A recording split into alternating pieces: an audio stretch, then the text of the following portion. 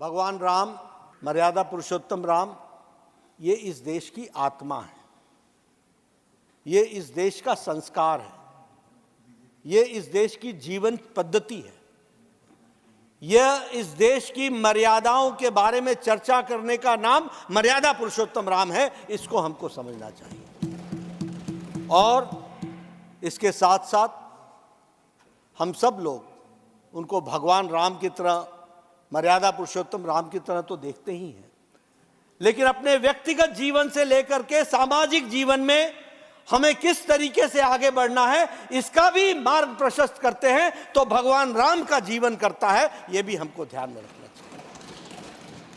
और भगवान राम सिर्फ सनातन धर्म में नहीं देखे जाते, अनेक धर्मों के ग्रंथों में राम विराजमान है।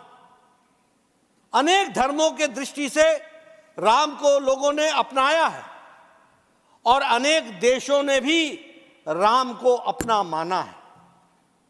अगर हम गुरु ग्रंथ साहब की बात करें तो उसमें भी राम का, अन्य धर्मों की बात करें तो उसमें भी राम का उल्लेख मिलता है।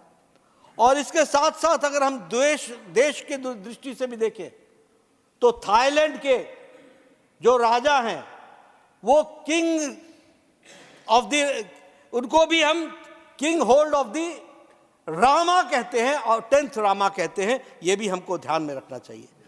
कहते हैं किंग, उसका टाइटल है the king Rama the 10th।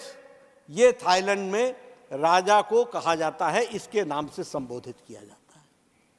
अगर हम बात करें तो इंडोनेशिया में जो मुस्लिम प्रधान देश है, वहां भी रामायण प्रतिदिन ब्रॉडकास्ट होती है, वहां के टेलीविजन पे, वह भी सरकारी उसमें, उसको भी हमको ध्यान में रखना चाहिए। और उसी तरीके से साउथ कोरिया की रानी की वंशावली भी राम से प्रारंभ होती है, यह भी हमको ध्यान में रखना चाहिए। इसलिए हम उसको संकुचित नहीं कर सकते, राम को हम संकुचित दृष्टि से राम को नहीं देख सकते और हमको उसको विराट रूप में देखना पड़ेगा, एक जीवन पद्धति के रूप में देखना पड़ेगा।